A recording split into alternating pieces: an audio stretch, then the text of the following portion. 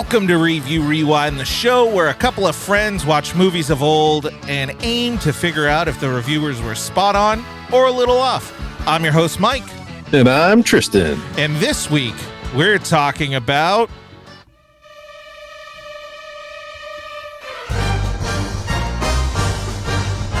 Mission Impossible 3. Yeah. So, how you doing, Tristan? I'm good. Can I just say that having like the orchestra version of the theme song in this movie was so much better than the metal version. It was instead of the Limp Bizkit version. You didn't like the Limp Bizkit version? I mean, it was fun, but like when it hit this time, I was like, yeah, this is what it's supposed to sound like. This is where it's at. Yeah, I'm doing good. Got some taking care of some car things that are, dealerships are the worst. You heard it here first. I don't think they heard it for the first time from you.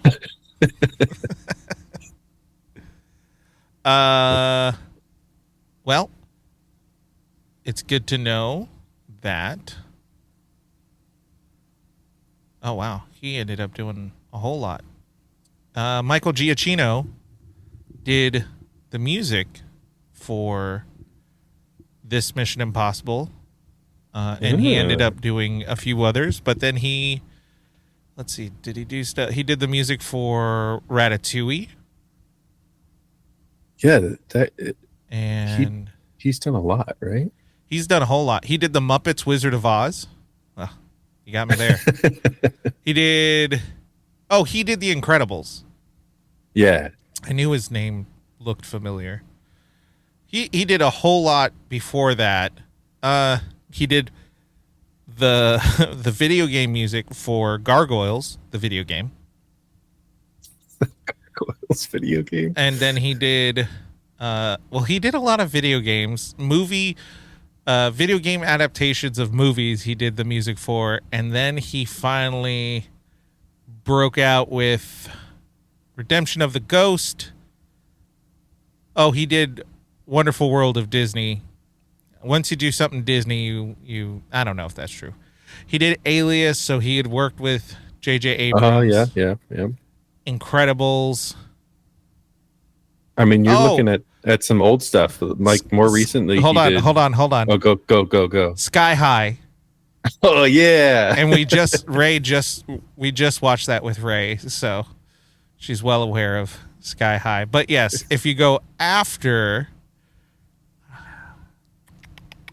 I think he did Lost? Up the video game and Up the movie. Yeah. I think he did Lost as well. So he worked with JJ. He did Star Trek. Yes. He did Star Tours. Super 8. Cars 2. And then he did another Mission Impossible. John Carter, Fringe. He's got Star Trek Into the Darkness.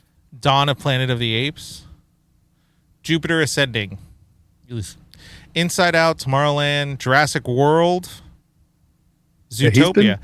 He's really done a lot. Doctor Strange, Rogue One, A Star Wars Story, Homecoming, Spider-Man, that is. Coco. Oh, he did the original score for Coco. Yep. He continued on with Jurassic World. Did Jojo Rabbit. Oh, that's a fun one. Oh, interesting. He did on the Paramount on Paramount Plus. They had like short Star Trek shorts. He did was those. A composer for an episode for that. Interesting. Anyway, we're getting really distracted by this. He did the Batman. Yeah. Lightyear, Thor, Love and Thunder. Yeah. The guy's been busy. He did An American Pickle. An American. What? Do you not know what that is? No. My understanding of it is Seth Rogen Got plays a guy from like 100 years ago, and he falls into a vat of pickles and wakes up 100 years later and meets his New Yorker ancestor. A descendant, Descendant, yes. And it's just a whole show, you know. And Seth Rogen. I saw the trailer for this. I forgot about it. But yeah. Anyway. Anyway. Alrighty. I got really distracted. I'm doing good. Like I said, we just watched Sky High, so that's on the noggin. It's always a good time. Oh, Kurt Russell's pretty fun, I think. Debatable if that. You know what? I think for the person I was when that movie came out, it was right in the alley of stuff I liked as well. Yeah. There were a lot of references to ska music and pop punk music and different things like that. And, people have said I like it. So, I don't know. When I was younger Tristan had a crush on Danielle Panabaker. So, I was into that. Nice. Into that movie for that reason. You know what? That's fine. However old I was during that time, Mike had a crush on Mary Elizabeth Winstead. And I would probably say that 37-year-old Mike still probably. She's not that much older than me. She seems like a nice gal. Anyway. She's married to Ewan, isn't she? Well, I'll be danged. You're right. Well, there you go. Anyway. Ewan McGregor. I think we're supposed to be talking about Mission Impossible or something. You're right. What a transition. Oh, wait. We're not even there yet. No, we skipped a whole bunch.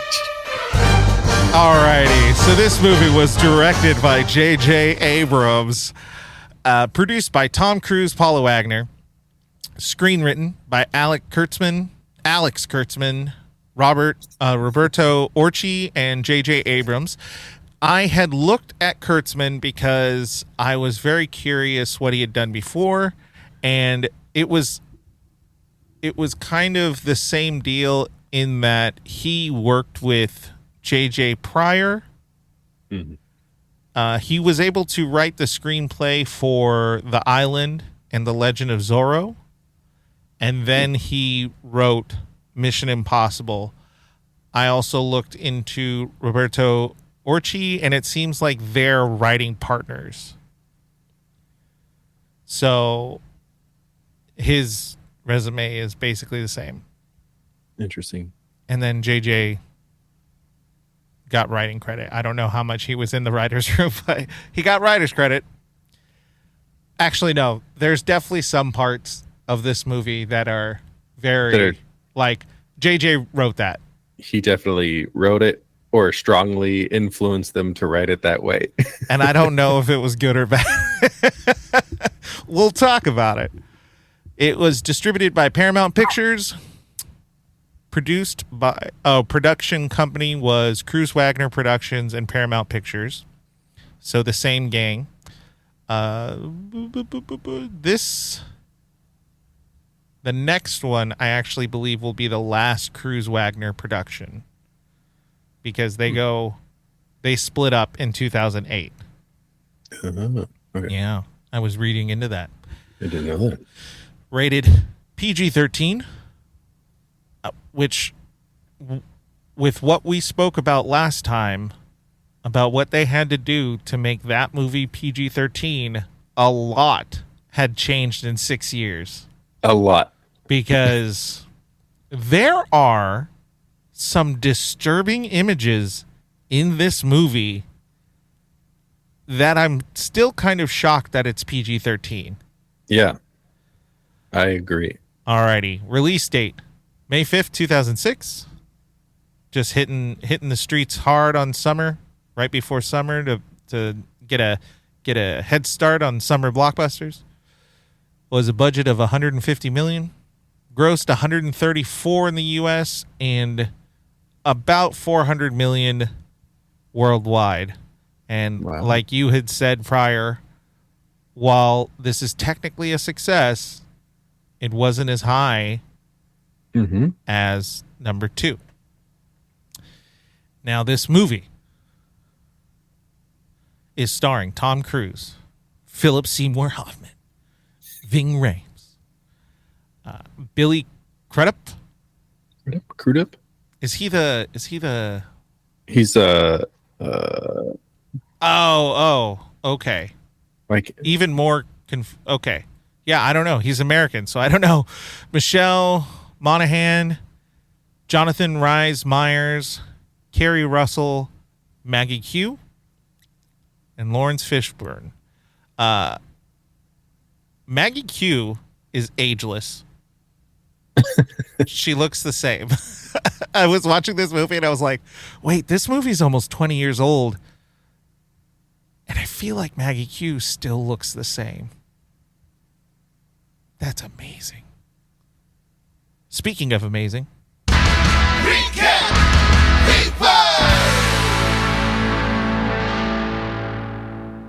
Now we transition into a segment called Recap Rewind, where one of us gives you, the audience. I don't have that written there, so that's why recap of the film in our own creative way.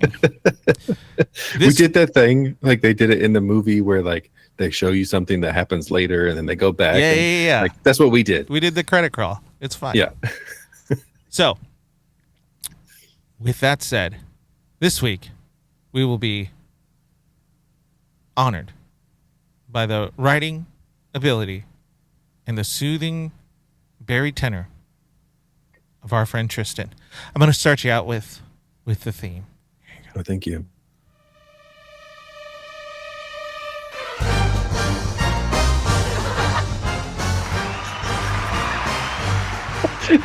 I hit the laugh button again. Yeah, I noticed. Ethan is back, and this time he's happy, except for in the cold open when he's not. In fact, he's extremely unhappy. But we'll get back to that. It's Mission Impossible, JJ style. That's right. J.J. Abrams comes in swinging elbows in his film debut with this grittier, more action-packed Mission Impossible story. With color grading so highly contrasted and saturated, it almost distracts you from the lens flares. Almost. And in case you weren't sure this was a J.J. film, don't worry. He brought friends, like Kerry Russell from Felicity, Simon Pegg from both stars Trek and Wars, and that guy who's in almost every J.J. Abrams production because they've been friends since kindergarten, and you never actually remember his name, but whenever you see him, you go, oh, hey, it's that guy. Yeah, that guy. His name's Greg. Ethan wakes up bloodied and tied to a chair. Across from him is an unnamed Philip Seymour Hoffman holding a gun and an innocent hostage, giving Ethan to the count of 10 to tell him where the rabbit's foot is, or else he'll shoot the hostage. Ethan tries to negotiate, but the counting continues until 10. Cut to the iconic Fuse theme music and title sequence. Wondering what that was all about? Well, too bad. You've got to wait an hour and a half before you get any answers. Meet Julia, Michelle Monaghan? Mm-hmm. Yeah, Michelle Monaghan and Ethan, Tom Cruise, the happy couple. They're celebrating with friends and family because they're happily engaged. Julia's friends are all meeting Ethan for the first time, and much like Ray Romano, everybody loves Ethan, except for Greg. Greg doesn't get it. Shut up, Greg. Ethan seems to have left behind the IMF, but his peaceful life is interrupted when he receives a mysterious phone call. He uses a pretext to step away from the party for more ice and meets the operations manager, John Musgrave, played by Billy Crudup. Crudup? Yeah. Who informs Ethan of an urgent rescue mission to save a fellow agent. This agent is the first one Ethan trained and approved to join the IMF. She has been compromised, but she holds valuable information that makes it worth risking a mission to save her.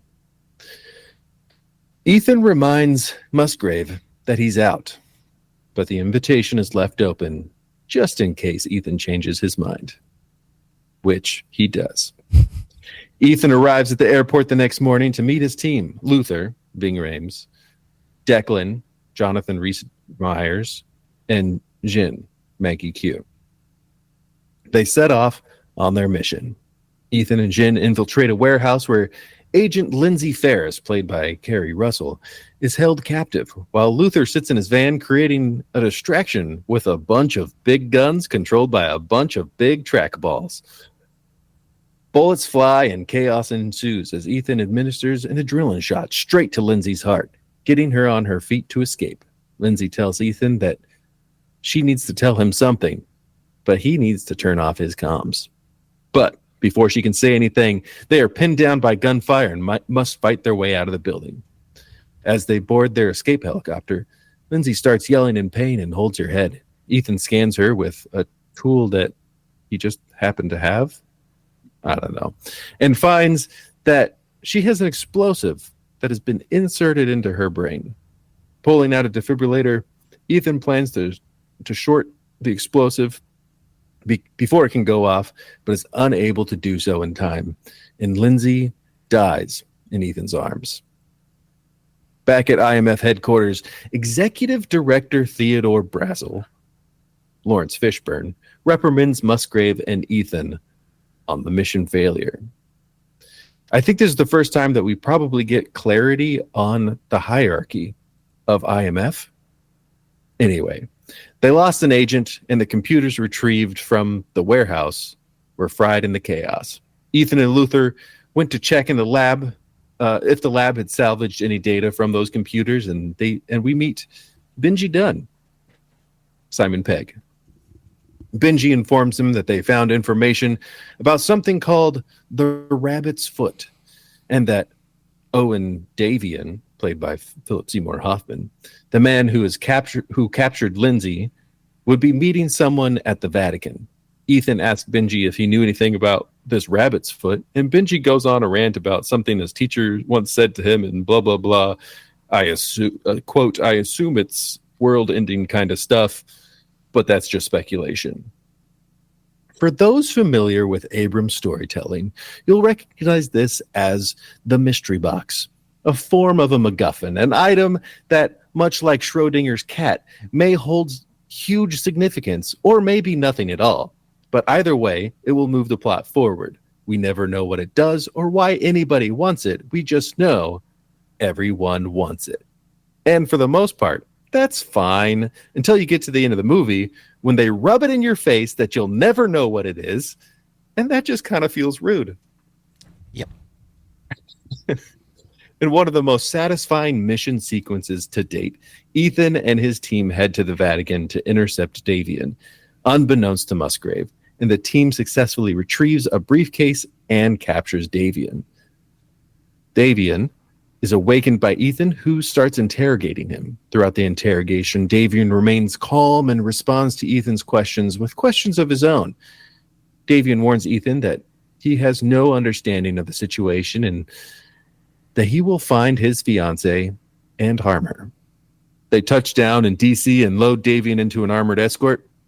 As they follow behind, Luther receives an unencrypted file that was sent to Ethan from Lindsay before she was captured. And in that message, Lindsay reveals that she was set up and believes that it was Brazel who did it. Just then, they are attacked and Davian gets free from his custody. Ethan knows that Julia is in danger and rushes to the hospital where she works, but Ethan is too late. He gets a call from Davian saying that he has 48 hours to bring him the rabbit's foot, or Julia dies. Before Ethan can do anything, IMF agents arrive and apprehend him, believing him to have gone rogue. But with Musgrave's help, Ethan escapes and flees to China, where Musgrave told him to go. There, he is met by his team yet again, and they must break into a tower to get this mysterious rabbit's foot. Ethan receives the rabbit's foot and is picked up by a limo, where he is informed to take a vial of some unknown liquid. When he wakes up, he is in a situation we saw during the cold open. Across from him is Davian, and the woman in the chair is Julia. Davian informs Ethan that he has an explosive in his brain, much like Lindsay. And as he counts to 10, he shoots Julia, leaving the room. And then, plot twist, Musgrave enters the room and pulls a partial mask section off of Julia to reveal that it was someone else. And then he tells Ethan that Julia is alive and that he has been working with Davian with a plan to trade the rabbit's foot with terrorists to plant evidence on the terrorists so that there's a reason for American troops to go into the Middle East. Okay. Ethan breaks free and runs to save Julia. He finds her, and just as he does this, Davian activates the explosive in his brain. Ethan has to fight Davian and save Julia before he dies. Unable to find a defibrillator, Ethan grabs some exposed wires and has Julia flip the switch to fry the circuit in the explosive. Julia then performs some pretty believable CPR for a movie up until she starts just beating Ethan's chest, and Ethan gasps back to life. They return home, and after receiving praise from Brassel and offering him a position to return, Ethan says he'll think about it and leaves for his honeymoon. If there's one thing we've learned about Ethan in the last 3 movies, it's that this guy really just wants a vacation, and I think this time he's earned it.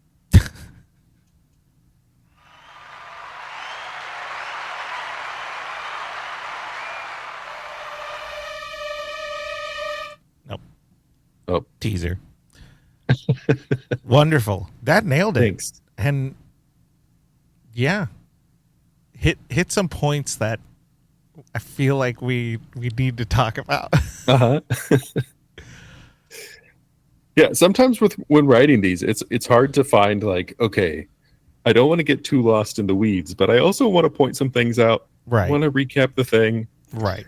So, yeah. So, overall, the movie wasn't that bad. Yeah.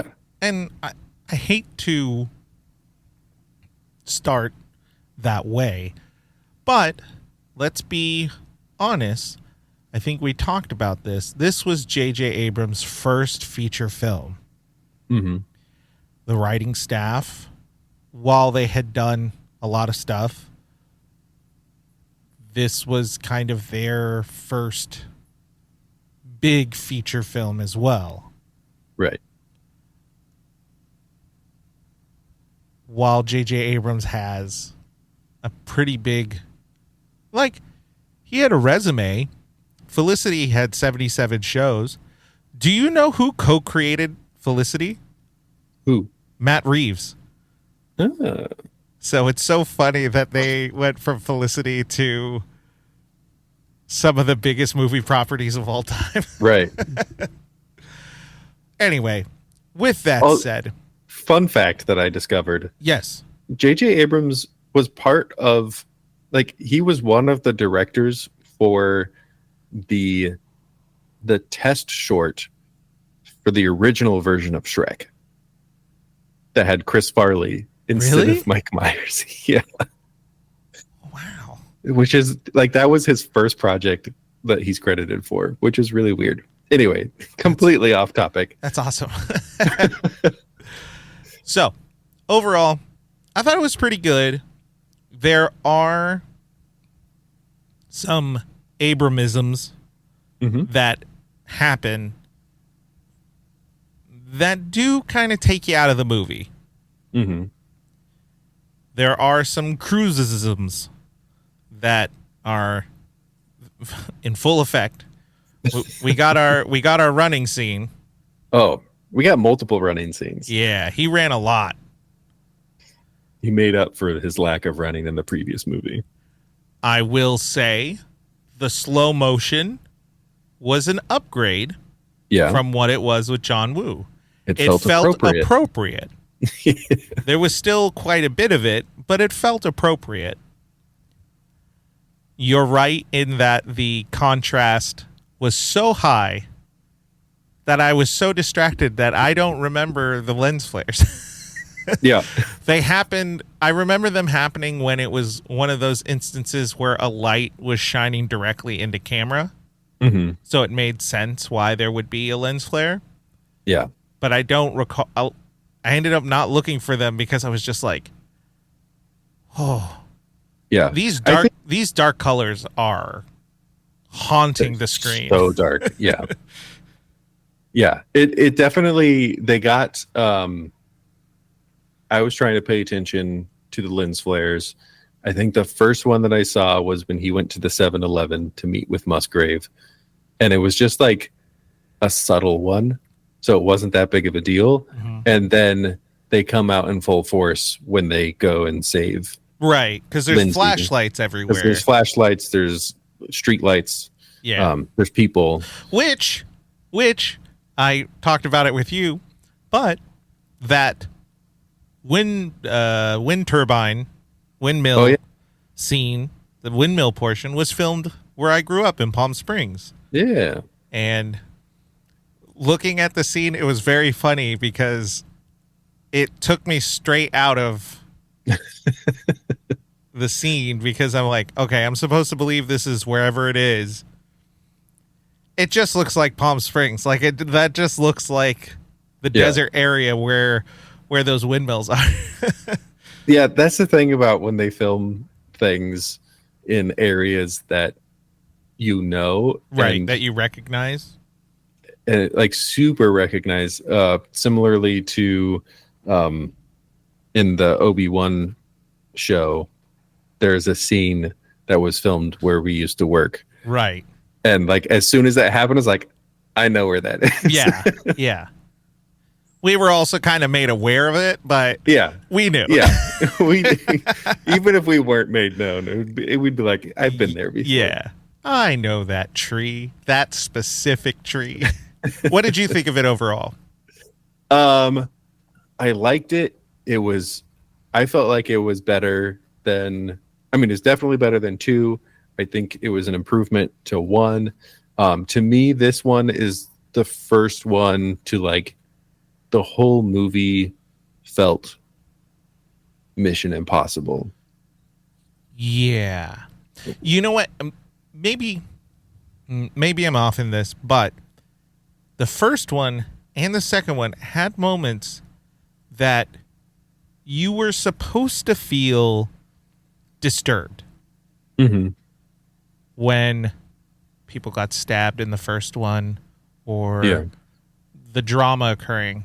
But it was undercut by the melodramatic nature of mid-90s and De Palma. Yeah. You know. The second one was undercut by the year 2000. Whatever that factor is. This one there were scenes where you knew you were supposed to be disturbed, and I think you felt it. Mm-hmm. This had some really disturbing scenes in it, which when we spoke about the other one, knowing, that they took the neck-breaking sound out to make it PG-13, and then 6 years later, Kerry Russell's eyes when the bomb goes off. When I saw this, I was 2000. So I was 17. Yeah. Those eyes freaked me out. They still made me uncomfortable this time. I was like, no, thank you. Yeah. It was rough. And then the countdown scene was very intense. Yeah. Yeah, this movie was so intense compared to any of the other ones. Yeah. Really, it's like Which they brought the intensity, like it's there and you feel it. And I think part of it is that it feels more real. Yeah. And so then that makes the intensity feel even higher.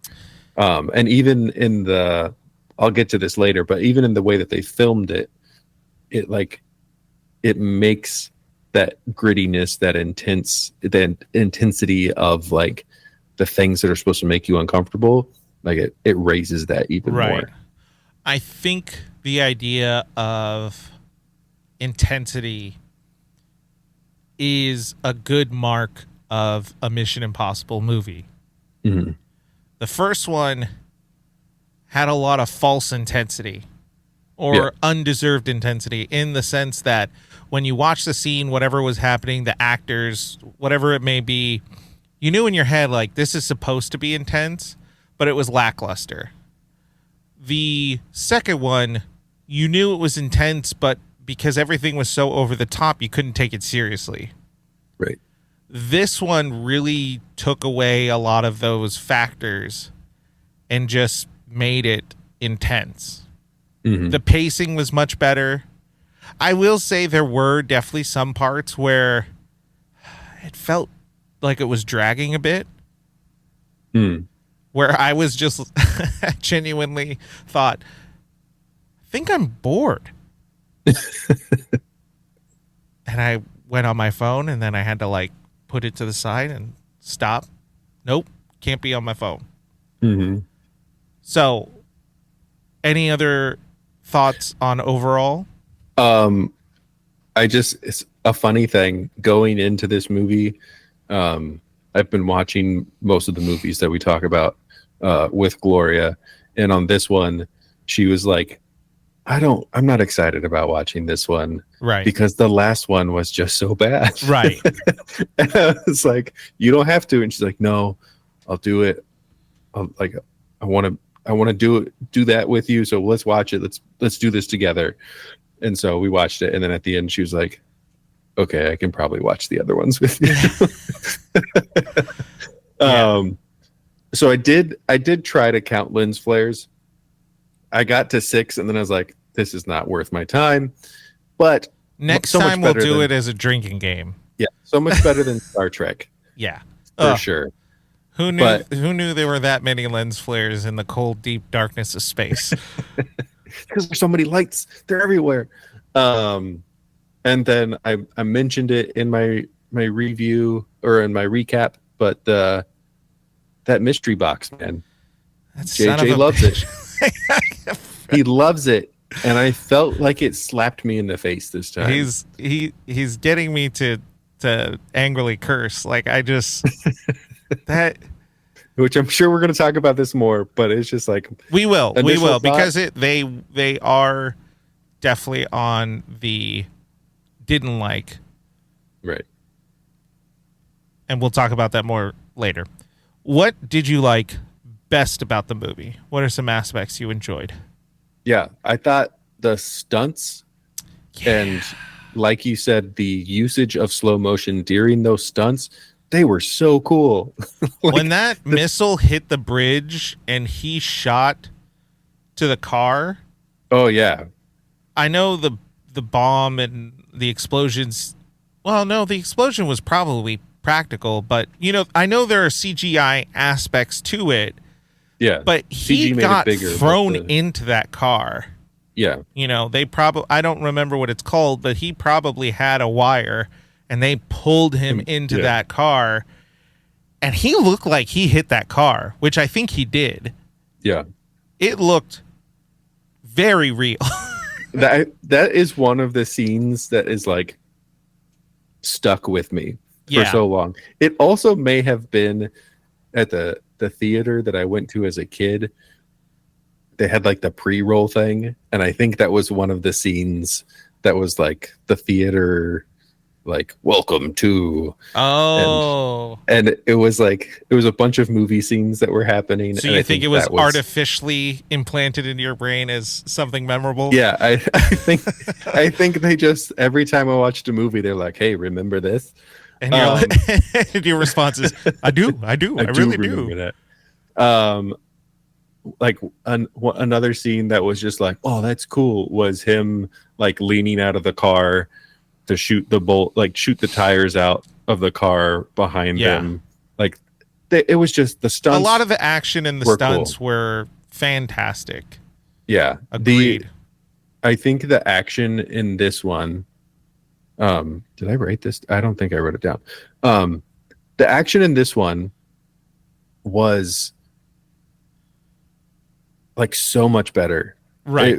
It wasn't ridiculous over the top like in the last movie. The elevator scene felt like a real fight. Yeah. Yeah. And it felt like whoever they got doing the stunts really kind of understood who Tom Cruise was and how his body worked, because most of the fights were believable. Yeah. The only part I don't understand was the elbows at the end.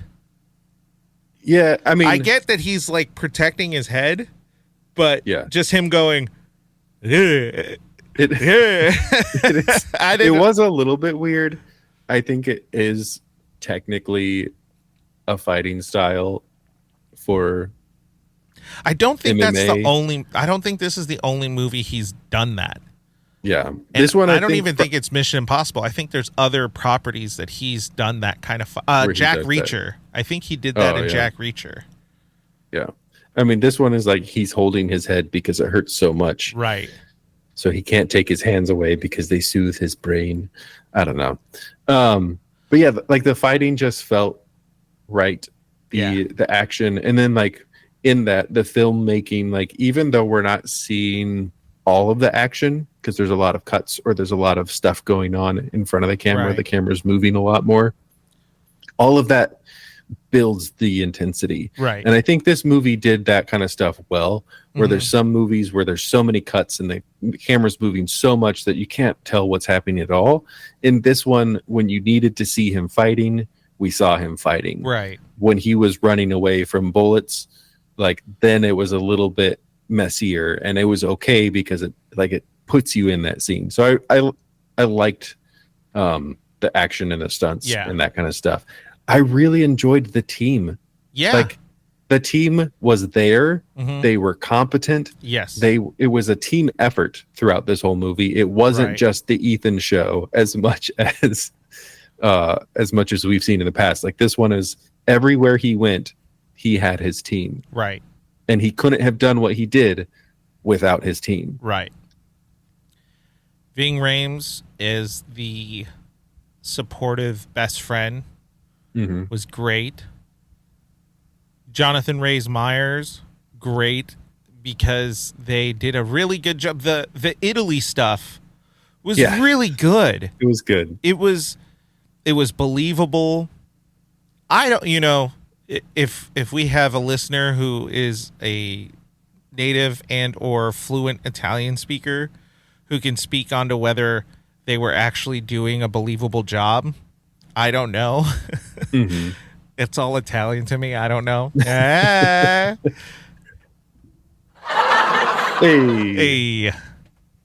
I think Maggie Q was a little underused for her abilities and her talents. Agreed. He is not on the top cast list, but you did mention him, Benji.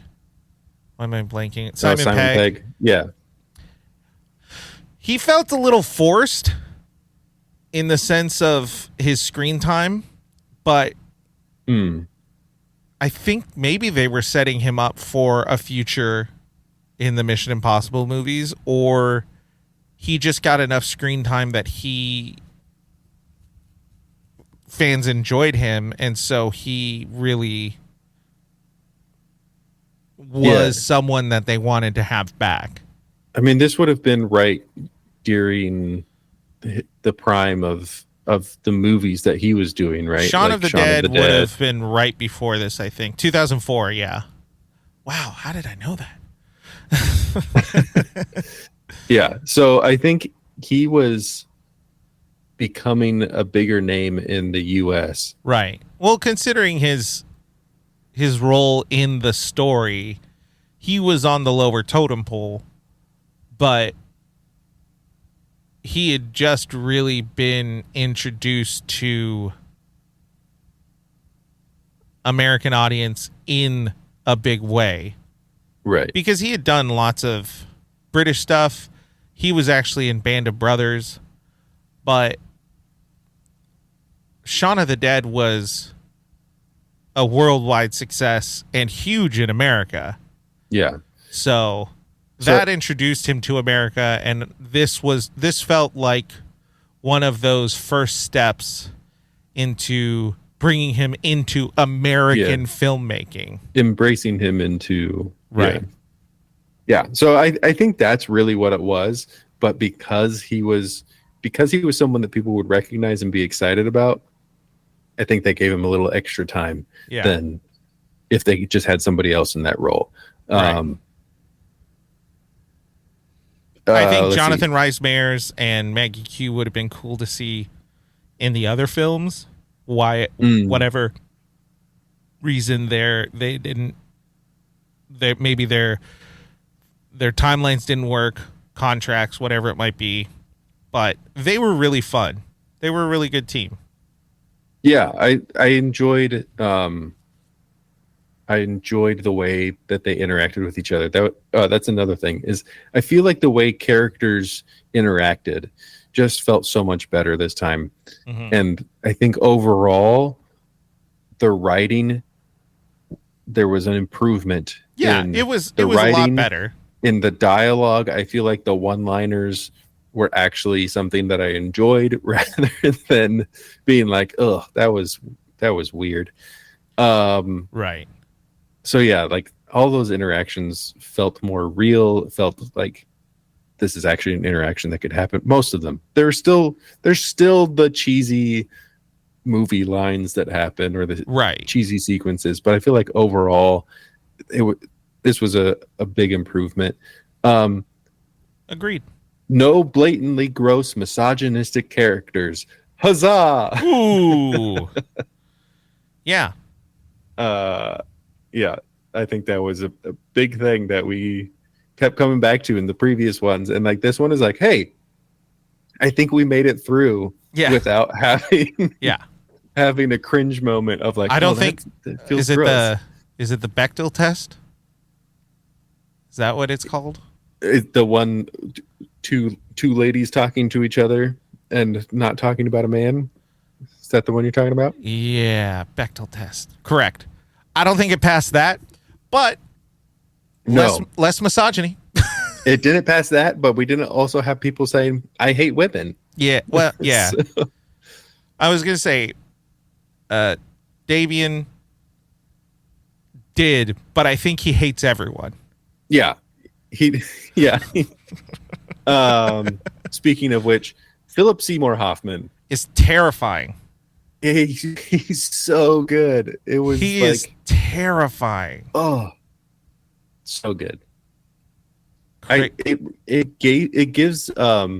reminded me a little bit of Vincent D'Onofrio as Kingpin. Yeah. Where like Kingpin, when he's not, because Kingpin has the range of like normal Kingpin and then like rage Kingpin. Right. But it just has that intensity that like he doesn't have to talk loudly. He doesn't have to talk like he can just say in a very like straightforward way and it sends chills down your spine. Like this dude is intense. Like, yeah, he was so good. He was very good. I'm trying to think. The music was a lot better. Oh, the music was fantastic. Yeah. Solid, kept the movie going. The music was there to move the movie along, which is something that music has to do. Yeah. I think that a lot of filmmakers try to follow in Quentin Tarantino's barefoot footprints. That's a solid Quentin Tarantino joke if I said it clearly. But I think Quentin Tarantino really uses music to move the movie. Right. Other people don't do that. They just kind of pick fun songs and kind of go from there. And then sometimes the composition will relate to that, and sometimes it won't. This movie, the music moved the movie along. In those times where I felt bored, the only thing that kind of brought me back in was the music. Mm-hmm. And so a lot of credit to Giacchino for making an excellent score for this movie. Yeah. There was something about it, and I think it's because he pulled more from like the original. Mm-hmm. It felt classic. It felt classic movie. And it felt comfortable. Yeah. Like when you hear the snare drums just like doing that thing that they do, you're like, this is what it's supposed to sound like. It had hints of Alan Silvestri or John Williams. Like, they were hints of really good movie composers throughout the score. Yeah. I think the cold open is, of all of them, it's the one that draws you in the most. You are like, immediately you're on the kind edge of put of your seat. Into a shock because of it, because immediately you understand something bad is happening. Yeah. And then it cuts to the title sequence. Yeah. And then again, like you said, you don't see it for an hour and a half. Mm-hmm. It takes a while. And it's crazy. Yeah. But I think so this last, I have one more thing that kind of balances the line between what I liked about the film and what I didn't like about the film. Alrighty. What I didn't like is that we have yet again had another mole/bad agent trope. Right. That gives me the sense that there's a theme that's happening. Correct. But I think this one did it right. It did it really well. Yeah. And actually, I've seen this movie before, and it still caught me off guard. Like, there was still the moment of like, oh. They did an excellent job in that. What's the agent's name who turns? Musgrave. They did a really good job in that. Watching it, I knew he was the bad agent. I knew it. Mm-hmm. I'd watched the movie several times. I knew it. And I was really paying attention to him throughout.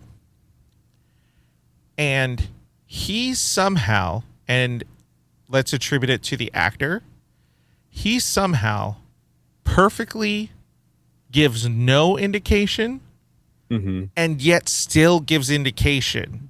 It's all, yeah. It's some weird thing, because if you never watched the movie and this was your first time, I don't think you would have figured it out.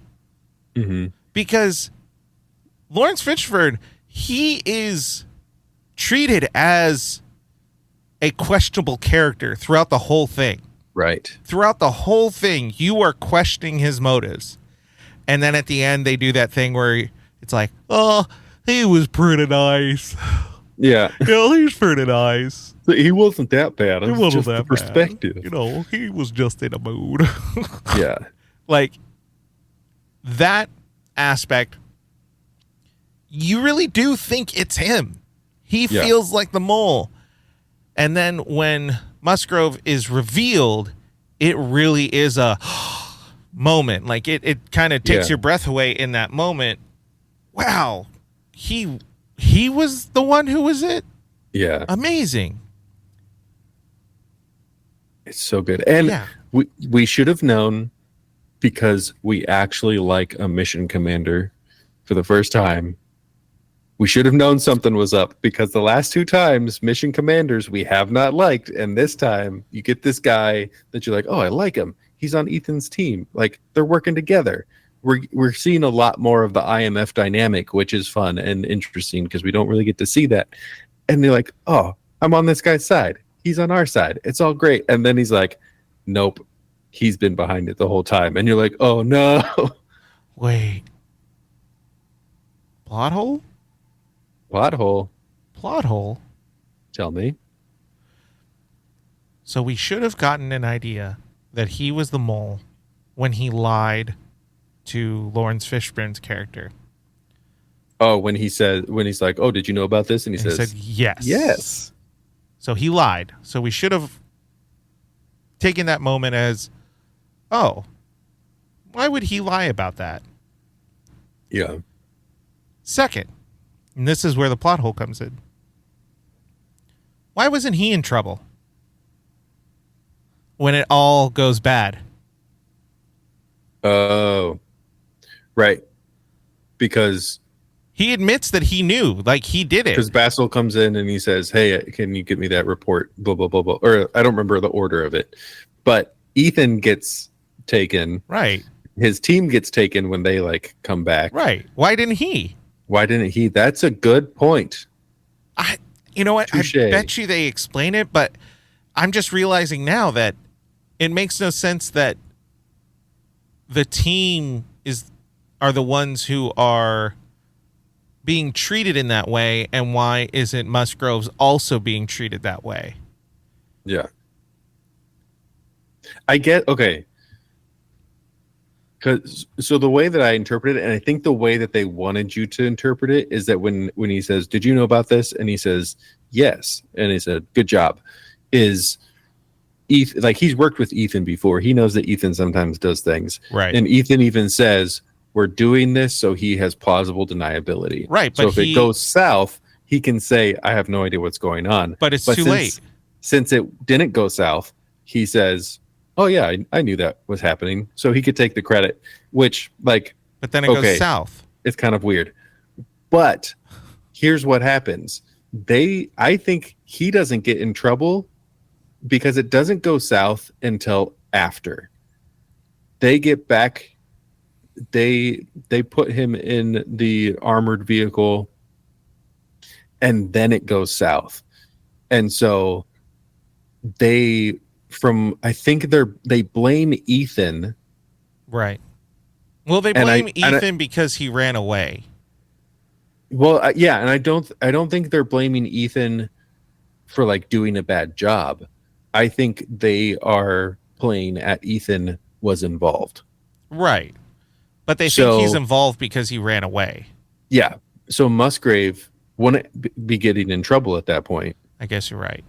Because it's the mission was a success from that point of view, yeah. And then it goes south. You're right. After. You're right. That is true. That is true. That's the fix. My theory. I need a flush sound effect. That'll work for now. That'll do. Alrighty. I think we're in agreement as far as things we enjoyed. What issues did you have? Let's just talk about it. The mystery box. Friggin' mystery box. Yeah. All right. So, for those of you who don't know, while you mentioned it a little bit, J.J. Abrams, when he was 12, went into the store, and it was a magic shop, I believe, and he saw this thing, and it was a box that was not labeled with anything but question marks and listed as a mystery box. And it was one of those things that when stores couldn't sell enough of a certain thing, they would take their stock of the unsellable items, put it into a box, and say, hey, if you pay $5 for this, you get everything in the box. You just don't know what it is. Mm-hmm.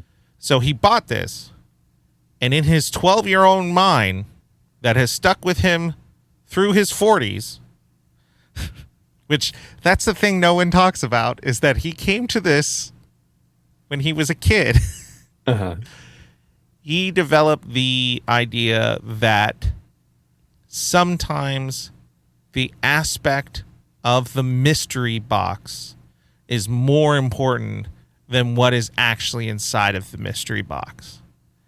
And so he has used that in many of his movies. Sometimes he can't always use it, but in this one, it was heavy with the rabbit's foot that, one, you never know what it is. Mm-hmm. We kind of understand that it's something biological. Yeah, judging by the cases and everything. We see the symbol on it. Like there's hints at what it could be. Which, in some ways, it feels like this movie was basically doing Chimera 2, but by going through the mystery box method, you kind of avoid that. Yeah. But it's annoying. Yeah. It's annoying through the movie. It's just really annoying. Yeah. I think there's not a problem with using a mystery box. Correct. There are better ways to use it, and there are worse ways to use it. I feel like sometimes you have to show what's in the box. Yeah, you do. And I think sometimes he does a better job of like, it is just this thing that exists. Right. But with this one, Benji going on his big rant about like, it could be blah, blah, blah, blah, blah, blah, blah. Right. But I don't know what I'm talking about. Right. And then we get to the end and Ethan's like, oh, hey, what's in the box? And what's in the box? What's in the box? What's in the box? And Basil says, oh, I'll tell you if you come back. Is that how Lawrence Fisher does? Yeah, that's how he talks. Yeah. And like that was that annoyed me so much. You know what annoyed me the most out of the movie? Tell me. He mystery boxed the Mission Impossible action sequence. You watch Mission Impossible to see now at this point Tom Cruise do absolutely impossible things. Right. And the climax Mission Impossible, the super sophisticated CIA information room, or the super secure biosite lab, right, was relegated to he got into the building and then Maggie Q and Jonathan Myers flirt for a little and then he jumps out of the building. Then Tom Cruise jumps out of the building and does not have enough time to land his parachute. Yeah. He mystery boxed the action sequence. That's true. I hadn't thought about it that way, but they really did. And it was an intense enough break-in that it's the first time that they actually reference the first movie. Right. Luther says something about like, oh, the what is it that he says? Whatever was a cakewalk. CIA was a cakewalk, or Langley was a cakewalk. Langley was a cakewalk compared to this. So like, it's an intense thing. But I think they did. I wonder if they actually had a sequence that they cut out, or if it was always written that way. Because I feel like it was written that way. We see so much of that style of thing earlier in the film, which we haven't seen in the other movies as much. Like we see the whole Vatican sequence. We see we see a bunch of different moments where all of these things are happening. Right. And then the one at the very end, they're like, no, you don't get to see this one. Which sucks. Yeah. Now that I think about it sucks because this movie was 2 hours. Right. It could have had a 15 minutes sequence and still moved fine. The pacing still would have been great. It would have been good. Yeah. It felt like the writers and J.J. Abrams were being a bit cheeky. Yeah. And just kind of setting us up for this big elaborate scene and then going, you don't get never mind. Yeah. You know? It feels like they did it on purpose. Yeah. And I was just realizing if they show us that, it reveals too much about what the rabbit's foot could be. Right. And that's why. And so by not showing us, now we don't get to know more about why the action sequence is rude. Mystery boxed. It's rude. Yes. I haven't felt as offended by other mystery boxes that he's done, but this one was very offensive. This one felt offensive because of how they spoke about it. Yeah. So I think the most everybody famous, in the movie I feel knew that it mo- was a mystery box. I feel the most famous mystery box is Pulp Fiction. Right. There is a suitcase that has something amazing in it. It shines of gold. Anyone who sees it is in awe. But the audience is the only one who hasn't seen it. Right. People in the film, in the story, have seen it and are aware of what it is, have responded to it. In this movie, Lawrence Fishburne and Philip Seymour Hoffman are the only two who seem to know what the hell this thing is. Right. No one else does, and the audience doesn't. So it feels lazy. Yeah. It feels as though the writers just really wanted to say, we don't want to write what this is, so let's avoid it. When the characters talk about it, they don't know what it is, etc., etc. That's why it's annoying. Yeah. It's annoying because no one knows what it is. No one knows what it is, so it's hard to believe why it's important. Yeah. Chimera was important because we saw what it can do. They could have still told that story, never showing what it did, as long as everyone in the movie believed what it did. Right. Tom Cruise, Ethan Hunt, doesn't know what this thing is the entire time. Yeah. So it opens it up to that scene of the interrogation scene where he shoots the fake. What's her name? Julia? Yeah. The only reason I got confused is because that's Drew Barrymore's name in The Wedding Singer. And so I immediately was like, Julia Gulia? No, that's not right.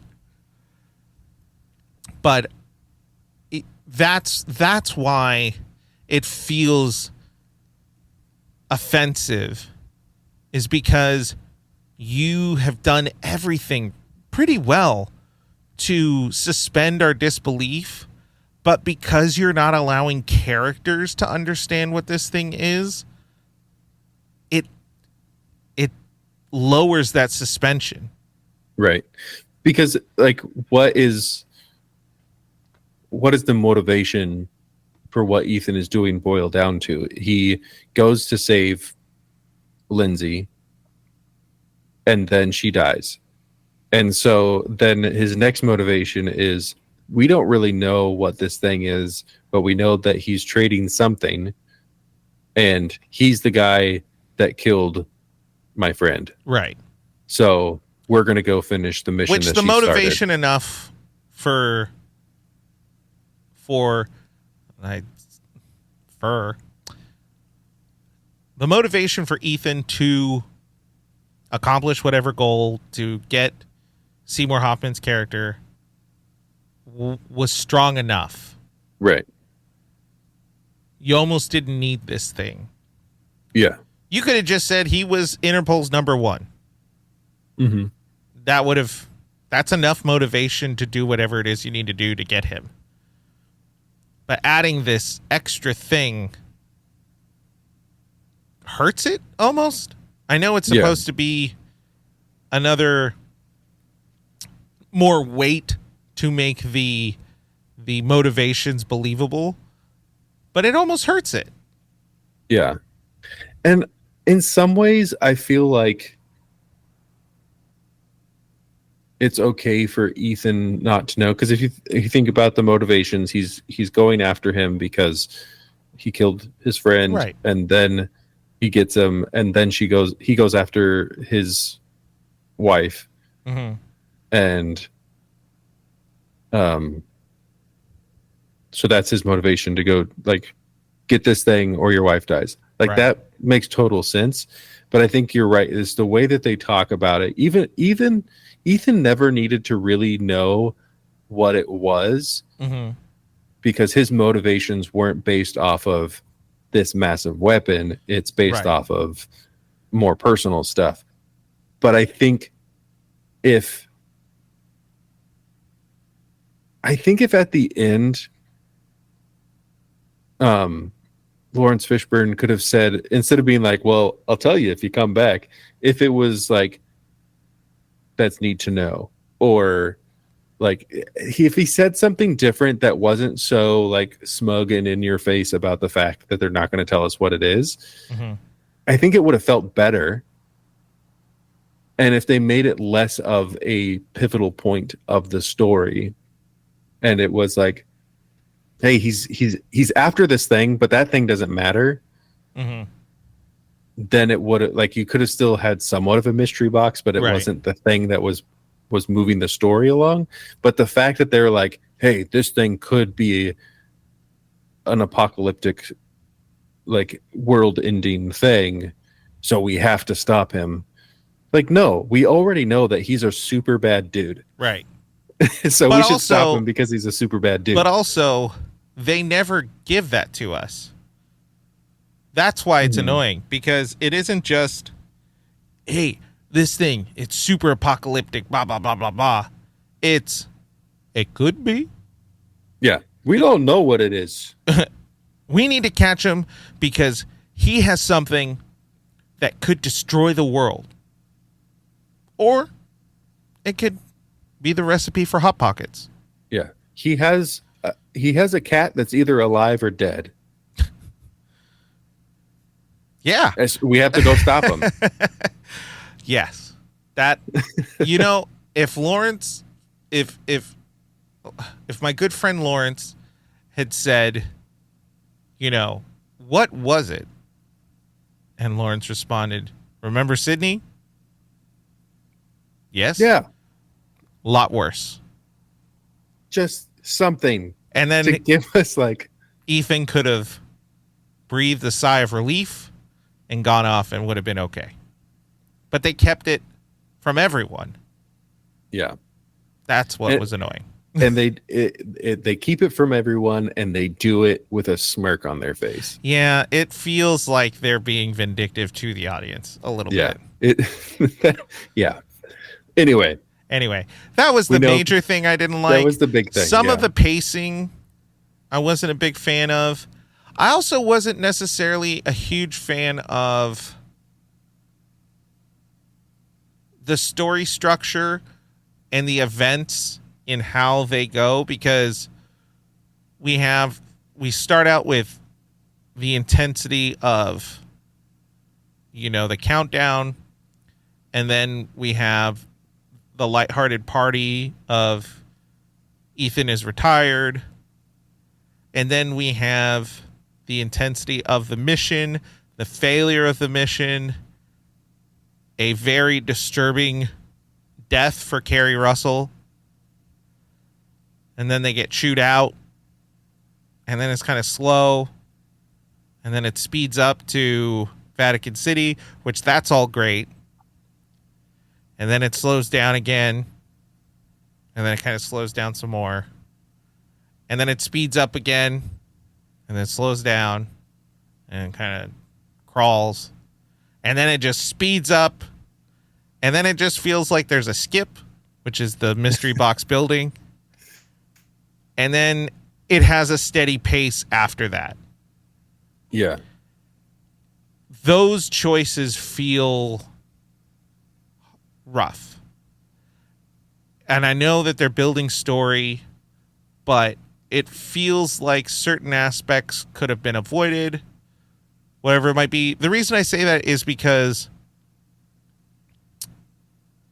when let's see where am I at? When Ethan has the Hannibal Lecter outfit on, you know, the mask, everything like that, I was like in my head thinking, oh man, I must have so much more movie to go. That's an hour and a half in. Mm-hmm. So that means from that point to the end of the movie, they're rushing through it a half an hour. So it feels like it takes a really long time to get to the climax. Once they get to the climax, it feels like they're just rushing through and trying to stuff as much story into it as possible. Yeah. That story structure feels rough. Mm-hmm. But I will say, outside of those couple things, again, there's not much I disliked about the movie. Mm-hmm. I enjoyed the movie. But some of those aspects, when they happen, they really take you out of the movie. Yeah. The mystery box stuff, you're just like, oh, crap. And then the pacing, like I said, I just had a few moments where it took me a minute to realize I was bored and then get myself back into it. And by the time I got myself back into it, the pacing changed again and was successful pacing. Yeah. It's interesting. The last 15 minutes of the movie feel almost like a completely different movie. That was a great point. I don't know if it's something I don't like about the movie. This movie feels like it's 4 different movies in one. Mm-hmm. The mission to get Kerry Russell feels like one movie. Yep. The Vatican feels like the Vatican feels like a totally different movie. The whole aspect of Ethan being framed feels like a different movie, and then the last 30 minutes feels like a different movie. Mm-hmm. And maybe it is because there's no sense of continuity within locale. But I feel like they do that all the time. Like, I feel like they don't have a consistent location throughout most of the movies. But for whatever reason with this one, it felt weird. I noticed that too, but I didn't know how to describe it. But now that we're talking about it, you know, there's the desert locale. Mm-hmm. Where was that? Did they say where that was supposed to be? That was supposed to be Germany. Wasn't it Germany? I think they said Does Berlin. Does Germany have places like that? I don't know. Do they have big dirt fields with windmills? I don't know. I've been to Berlin. I don't remember that. I've been to every sector of Berlin. So you have Berlin, then you have the IMF headquarters, which feels like its own place. Right. Then you have Vatican City. Then back to, I assume DC, yeah. Yeah. And then China. Yeah. But yeah, they move a bunch of places every movie, and it doesn't feel that jarring. Yeah, it feels really probably jarring. What it is that the motives that move them around throughout kind of are changing, right? They're not set on, here is your mission, and we're going to go from point A to point B to figure out that mission, right? And everywhere in between. Right. This one was like, okay, our mission is to go save this person. and now we're going to go capture the guy that killed that agent. Mm-hmm. And now we're going to go. Oh, dang it. They did it again. Is this a common thing? So the Kerry Russell rescue is the only sanctioned mission in the whole movie. Yeah. They did it again. It's the sanctioned one. He goes rogue and does his own mission. And then nothing else is a mission. And then everything after that is just him on his own. Although Musgrave does supply him with a team, but it's not a sanctioned mission. It's not a sanctioned mission. So yeah. Also, kind of a weird thought. You could argue we'll see at the end of it. While Ethan does good, he's a bad agent. Yes. Okay. Points. Why do they keep doing that to him? There's literally a plot point that you could write in. It would take 2 seconds. Make the Vatican City mission a sanctioned mission. That would have been perfectly within everyone's bounds of, they mentioned several times that they can't find him, that they don't know where he's going to be. They don't know any of that. So the fact is, he's on the most wanted. He's 100% someone they want. Why is it not a sanctioned mission? Yeah.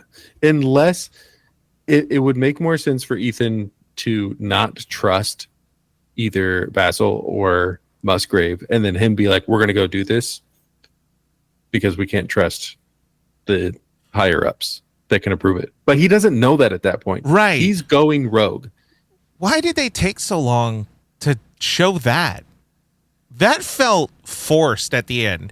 That information is super important and it's good for the story. Where they put it feels super random. Mm-hmm. It just feels really random in the moment. When in reality, it was, we should be weary of this guy this entire time. Yeah. And he could have been weary after bringing back Damien, coming back from it. He could have been weary the entire time, and he still would have been ambushed. The ambush still would have been really good. If he got that message before, and then he tells, or like he's like, okay, we can't trust Basil. Right. So we can't tell Musgrave. Right. Musgrave needs possible deniability. We can't tell him. We have to go do this. Right.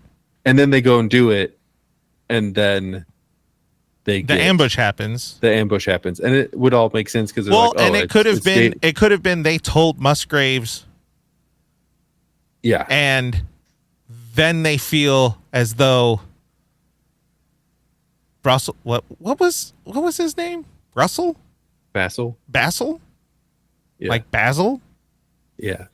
It's like the herb? Basil? No, that's basil. No, that's basil. Is it pronounced basil? Brasil. Brasil. Okay. Brasil. In England, it's pronounced basil. Well, we're not in England. True. Basil. Brazel. It's pronounced Brazel. Anyway, so Brazel, they could have told Musgraves. They would have assumed, okay, we're going to be okay. They could have even said, hey, we have him. Don't tell anyone. Yeah. Then we would have been suspicious, but it still could have been his phones were tapped. There still could have been there could have been a thing. It just felt weird. Made that work. Yeah. Here we are again, doing our best to rewrite this movie. And then Musgrave could have been like, oh, I'm going to set them up to fail no matter what. Right. And like, it still would have made sense and it would have been fine and it would have been great. In other ways that I think Ethan has been taught. Oh yeah, that's what we were talking about. Yeah. Ethan has been taught by previous things that it's okay for him to go rogue because everybody's just going to be like, okay, you did a good job, even though you did something that you weren't supposed to. Right. And they just, whatever, move on. in other ways that he's a bad agent. The whole airplane scene with Davian, that was crazy. Was like, he shows his face. Yeah. You shouldn't do that. No.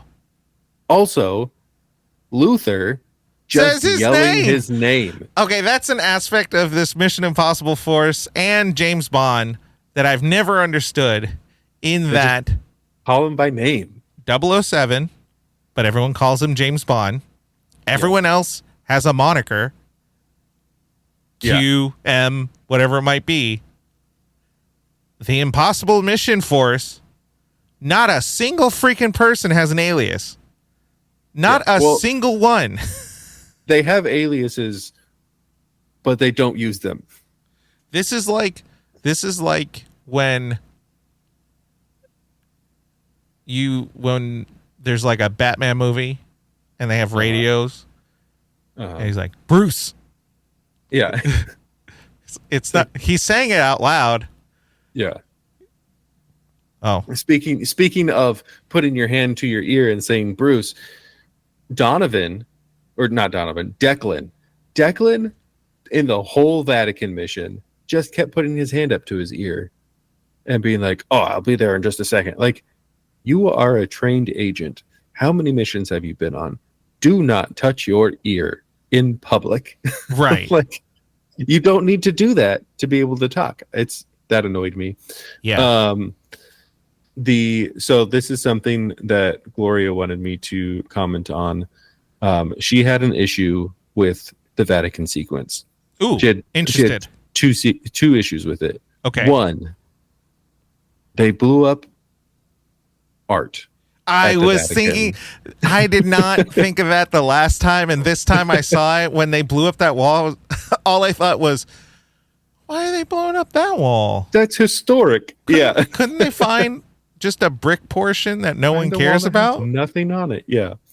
And then also, the dress that Shin wears to the Vatican was too much. That's fair. That's fair. People show up to the Vatican and they're wearing like dresses that cover their necks and like cover their arms and everything, and she's just walking in there like no back and like the side cut out and just being like ba-doom, ba-doom, ba-doom. Which, if it was a different location, totally fine. Would have been fine. The Vatican, not believable. Why they chose the Vatican is wild. Doesn't make sense. Because they could have done it like they've done in other movies where it was a more reflective scene of that kind of attire, whatever it might have been. But they could have just had someone really important there, and that would have been the security. Like the king of Saudi Arabia was there. Yeah, the prince of somewhere. Right. Was that the one that was it breaking into the Vatican that they said made Langley a cakewalk, or was it this is a minute thing, but I don't remember. One of those missions, they were like, "Oh, this made it blah blah." Anyway, yeah, it was. I did kind of like the aspect of Tom Cruise doing math. Oh yeah. I don't know if those equations were right, but there was a little bit of me that felt like, is this what it feels like when you're trying to grade a kid who's doing a book report that he clearly didn't write? Maybe Tom Cruise is smart enough for that, but there were a lot of aspects where they have given you we have had nothing in any of the previous Mission Impossible movies to believe that he is the one doing the calculations for a lot of the jobs. Right. That was an interesting thing. This isn't in the bad category, but just something that I noticed was this movie. It shows a lot more of how they do what they do. Right. And I think, I mean, I'm going to take credit for it, even though we're 20. Yeah, you wrote it. It's 24 years later. But like last week, we made a comment about how in the first or in the second movie, he somehow has a mask of right Q, and of himself, and he switches it like on the fly, blah blah blah. Did you know that before they made this movie, before they even started writing, they listened to this podcast? Yeah, that's what I'm saying. They listened to what we said, and they're like, you know what we need to do? We need to have a sequence that shows the machine that makes the mask, and that they have to have someone with a camera that like scans his face. Right. The voice thing was really good. And do the voice thing, yeah. I appreciated that, and it really was a nice touch because he is a very elusive character, and so they wouldn't have any of his stuff on file. Yeah. So that was smart to put it in there, and it was a nice touch. Alrighty, anything else that you didn't like? Just see the dress. I'm trying to keep this thing moving because we'll chug on one thing for a long time. Yeah, we're much like this movie. We'll get real slow, but then we'll pick up pace again. Exactly. Okay, I think we hit it. I think we hit my notes. All right. Favorite character? I have a list of characters. Okay. I think Owen Davian. Yeah. Such a good villain. Yeah. He's chilling, always steady, no matter the situation. Like at any moment, he is like always just ice cold. Right. And like he's under interrogation and he's still just like, do you have a girlfriend? Right. I'm gonna find her. And like, oh, so good. Musgrave, because he's a character that you like, and you kind of feel the betrayal of when he turns out to be the bad guy. And then honorable mentions, Luther was great again. Mm-hmm. I think he really came in strong this time. They really solidified him as the counter to Ethan, like the voice of reason. That was good. But always like, I'm here to support you, but I'm going to tell you like, hey, this is really stupid and dangerous, but I'm here for you. Right. Ethan was more likable this movie. Right. Yeah. We learned more about him. He seemed like a good partner. Yeah. Even though he was lying to her. Yeah. What can you do? And then I think it's mostly because I like Simon Pegg, but just Benji. Special shout out to Benji. Yeah. There's a reason why he came back. Mm-hmm. I really enjoyed Davian. Luther's always great. I really like Declan. He seemed like the young, cocky agent, but he had a lot to back it up. Mm-hmm. Zen was cool, just underused. Benji. I actually liked Kerry Russell's character. I don't know why I said it like that. Because she's a great actor. I don't know why I said it like that. I think I said it like that because of how I realized one more thing that I didn't like about the film was Lindsay's flashback. I liked how they showed them training and all of that. I really don't like the voice. Am I ready? They almost, what's the word? It felt almost childlike. Yeah. It felt unnecessary and out of place. And so in that way, I feel her character got a little bit of disservice. Mm-hmm. But she did great. Her acting was great. I actually liked Brassel. I think he was a good antagonist to the structure that Ethan has built. Mm-hmm. Because even though he seems angry and he is admonishing them throughout, it really feels as though that admonishment is in a lot of ways saying, hey, I know the missions are impossible. We have to be on the up and up on certain aspects. Yeah. And that's what it felt like he was. Yeah. That's what it felt like. And yeah, Musgraves was good in that it was really believable. I was very shocked when he was the one to be the double agent. Spoilers. Anyway, any quotes that stand out? A couple that I liked was so there's near the end when Ethan is explaining and trying to keep calm, or trying to keep Julia as calm as possible in a really crazy situation, and he's like explaining everything to her. He's like, switch it on and off, don't forget the off. Right. Yeah. Like, there were little quips that were really good in the movie.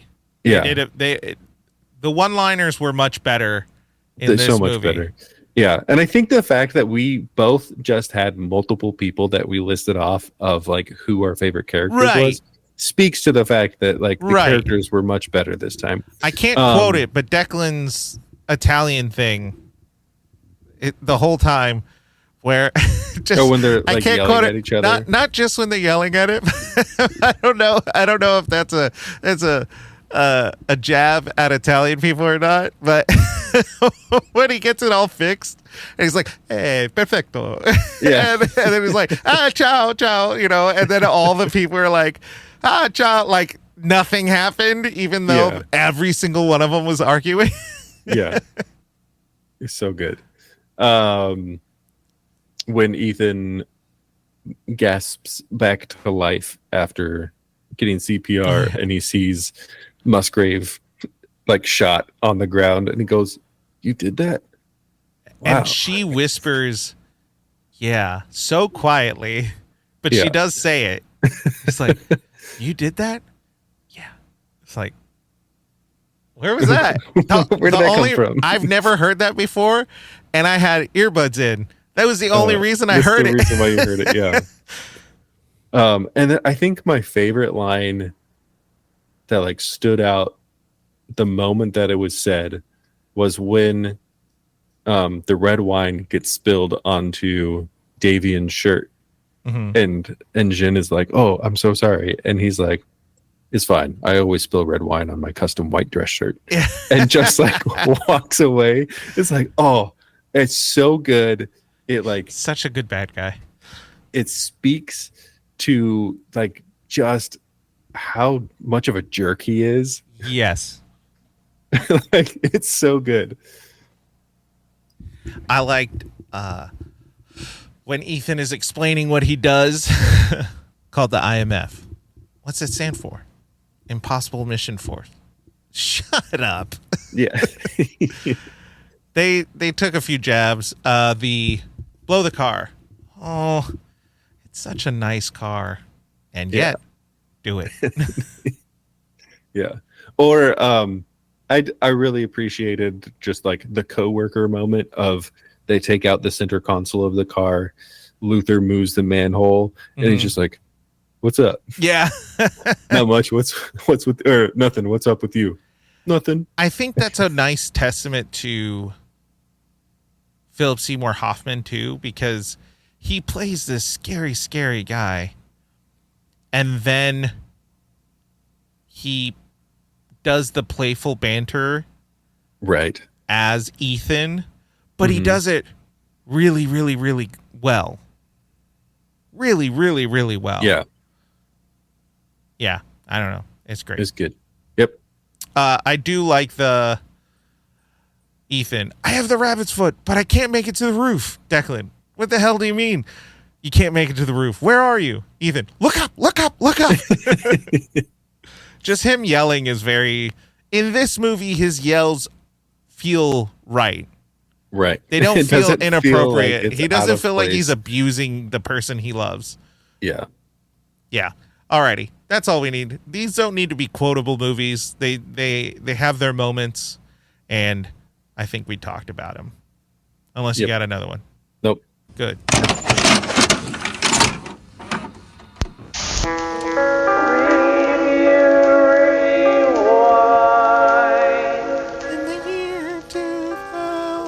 And 6.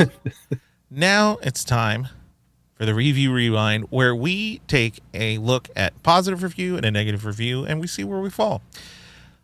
Overall, pretty mixed. Metacritic gave it a 66. Rotten Tomato actually gave it a 71. The Rotten Tomato audience gave it a 69, which nice. I think this is second time on record for us where the audience review was less than the critic review. And IMDb gave it a 6.9. And as a reminder, number 2 had a 6.1. So it isn't really that big of a jump. Which, it is a jump, but by audience reviews, on the metric of scoring, this one is still pretty close to number 2. Which I think we're going to disagree. It's kind of surprising, right? Really. A little bit. Alrighty. Why don't you go ahead and read our first review, which is a positive review, which is actually grade-wise positive. Yeah. All right. From Entertainment Weekly, we have an 83. A gratifyingly clever booby-trapped thriller that has enough fun and imagination and dash. What? There is a letter missing. And dash to more than justifying its existence. Let me try that again. A gratifyingly clever booby-trapped thriller that has enough fun and imagination and dash to more than justify its existence. They're using dash as a noun. Yeah, that threw me off. Yeah, like dashingly, dash. So it has fun, imagination, and dash to justify its existence. But that is a poorly constructed sentence. Yeah, why can't people say it was good? I like it. Well, if they would have said enough fun, imagination, and dash, and use the Oxford comma, but there are no commas. It says fun and imagination and dash. That's why it's confusing. Of commas. Yeah, that would have been helpful there. By the way, booby trap. I haven't heard that word. 69 and booby in the same. Oh my gosh! Oh.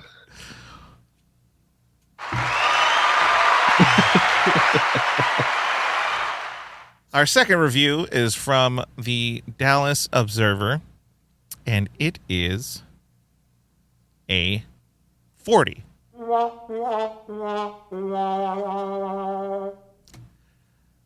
Aside from a single jazzy image of Hunt taking a nosedive off a Shanghai skyscraper, Abrams' movie is too oppressive, too enamored of its brutality to deliver anything like real thrills.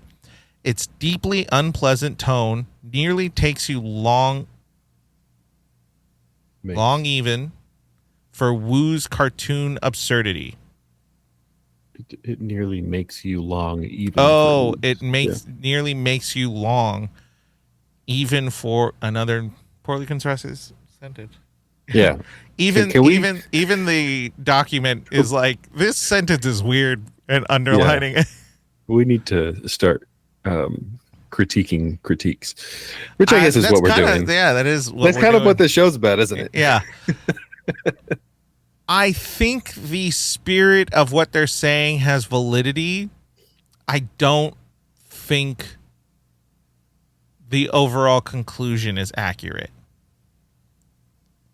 I don't think the movie is too enamored in its brutality because there is a lot of lightheartedness. Yeah. I think the mystery box action scene at the lab wherever the rabbit's foot was taken, I think that is their way of really injecting humor into it, because you as the audience are expecting this grand action sequence and then go, never mind. Yeah. So they're trying to be funny in that, and there are a lot of aspects where they're trying to be funny and they do hit it. Mm-hmm. There is a liveliness to it. Yeah, I mean it's just like in Mission Impossible 2, we have the sequence of him breaking in and doing the thing, and then we have the bad guy saying, "This is exactly what Ethan's going to do," right. And it's their cheeky way of being like, "Hey, we know what's going on," right? And so this movie did the same thing, just in a different way. Right. So I disagree with the Too Enamored and its brutality. I will say this movie does have some aspects that feel quite brutal. Yeah, it is a bit of a whiplash to go from the cartooniness of Wu to the like how intense this movie is. The first one feels hokey. The second one tries to overcorrect. And then this one feels like it corrects in the right way, but doesn't always achieve what it's trying to achieve. Right. But it feels like a good correction. Also, the nosedive off the Shanghai skyscraper, that is like the least interesting part of the whole movie. Like, there are so many other aspects that are much more feel like that exciting. Reviewer just saw the trailer, saw the trailer, or just forgot the rest of the movie and was just like, I think this happened. This is why I shouldn't have whiskey before I go review a movie. Yeah, I disagree. Yeah. It's deeply unpleasant tone. I think it's just a more serious tone. I don't think it's a deeply unpleasant tone. Yeah, I disagree with it.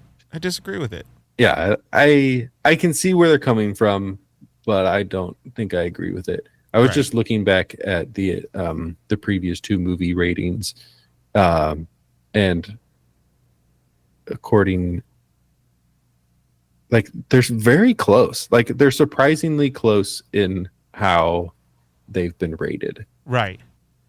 And I feel this one is maybe not dramatically, but it is better than the first two.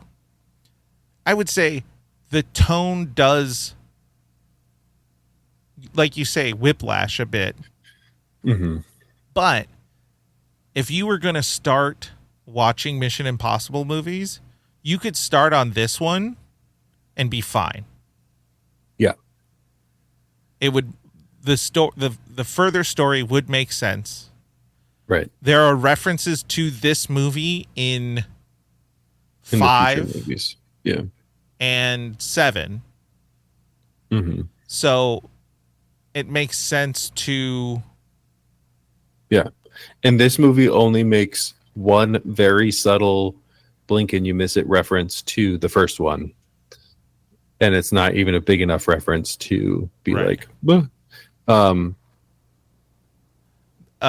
With that reference aspect, J.J. Abrams did talk to Martin Landau about reprising his role in Hand, which I believe is from the original series.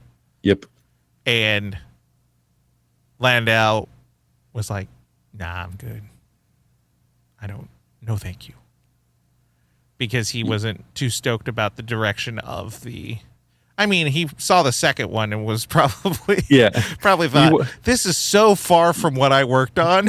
The first movie wanted to kill them all off. Right. The second movie was like so different. I think anybody from the original would just be like, no, I'm out. Right. Thank you very much. I also think, oh my gosh, is he the one I'm thinking of? Oh, let me see. Yeah. I think he would have been too busy. No, it was way before this. He was also in... That's so funny that he saw the Mission Impossible movies and thought, nah, I'm good. Considering that he was in 2000 in a movie called Ready to Rumble, starring David Arquette and Scott Conn and Oliver Platt, about two wrestling junkies who are trying to help the career of their hero. It was a WCW production, and it's such a bad movie. And Martin Landau plays a significant character in it. That's funny. And he saw Mission Impossible 6 years later, or the same year he made that movie, and was like, nah, I'm okay. I don't need to do that. That's so funny.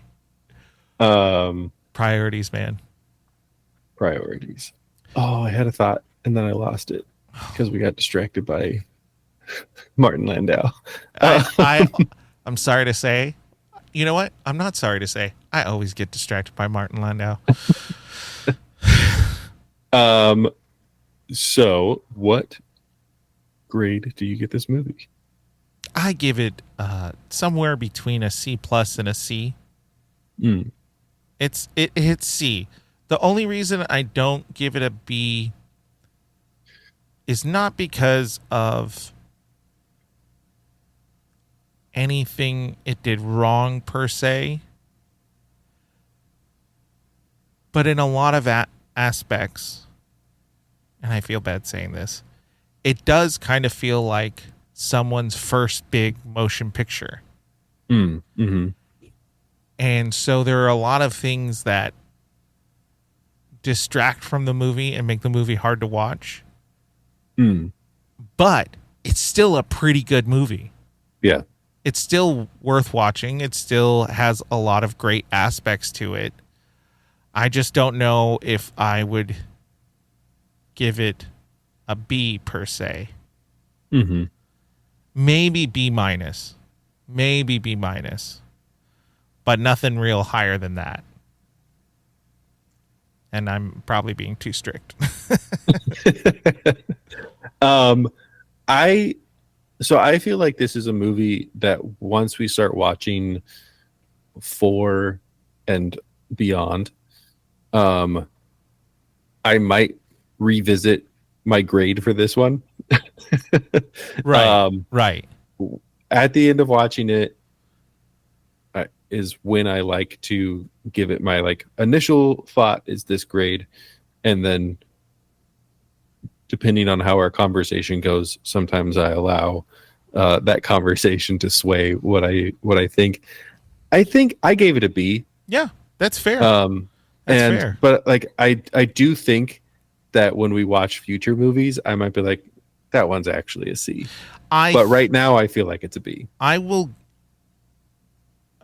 I feel more confident about the C+,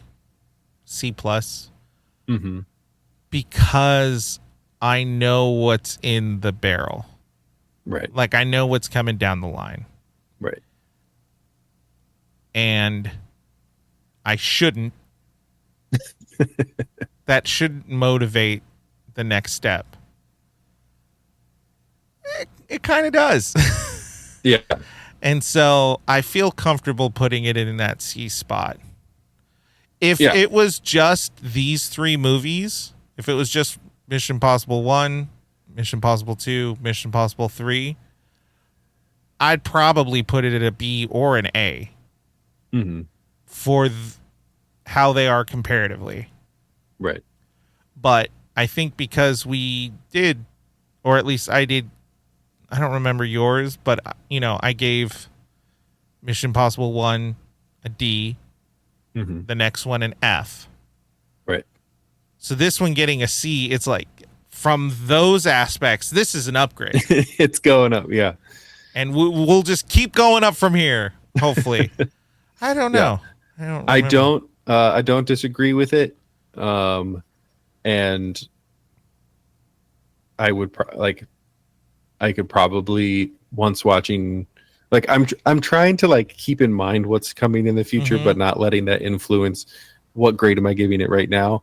But I think this one with a revision I would comfortably put it at a C. But for now, and honestly, I'm sticking to a B. Yeah, if the movie had some revisions, it really had the potential of being a really, really good movie. Right. But some of those things that stuck out, that kept going, that's what made it, fall down for me. For sure. But with that being said, down the line, we have Ghost Protocol, which is directed by Brad Bird. Which huge get. I actually think this is his first live action movie. That might be wrong, but I think it's his first live action movie. And then the next ones, we have Rogue Nation, Fallout, and then Dead Reckoning. Dead Reckoning. I don't know why I sounded like that.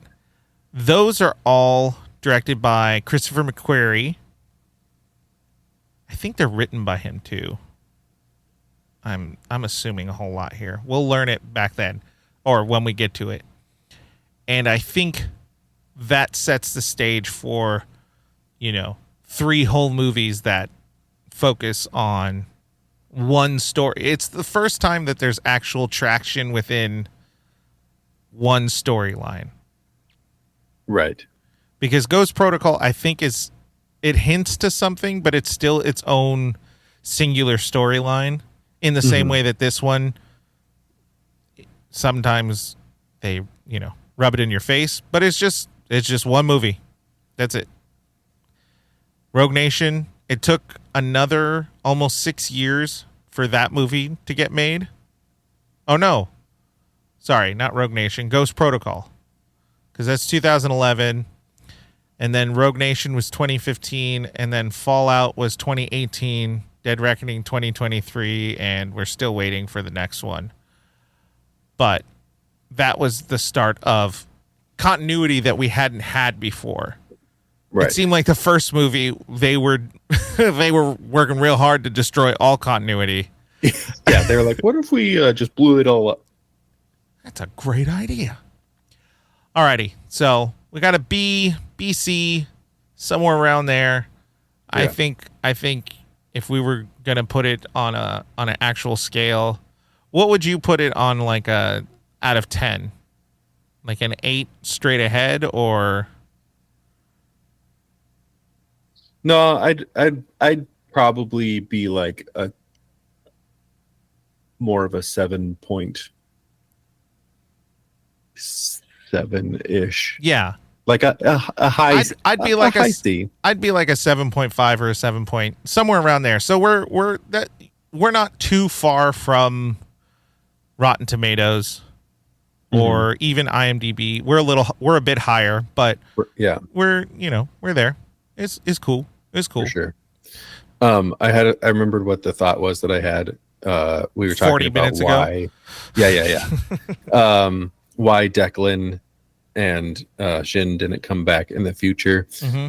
Jonathan Rhys Meyers was busy playing Henry VIII in The Tudors. That was a big deal, wasn't it? What? That was a big deal, wasn't it? Yeah, it went on for a while, like 3 years. Okay, so like 3 seasons. Yeah, I feel like I remember that being a real big deal. And then Maggie Q was doing something. I don't know. I don't know her career perfectly, so I don't know what she was doing at that time. Alrighty, so we're gonna continue on with our journey in Mission Impossible. We thank you for listening. Please follow us on any of the social media: TikTok, Instagram, MySpace, Friendster, yeah, Imgur, and we appreciate you listening. And until next, review those rewinds, and we'll see you next time. I'm gonna get it one day. Have a good one. Bye. I thought you had it. Nope.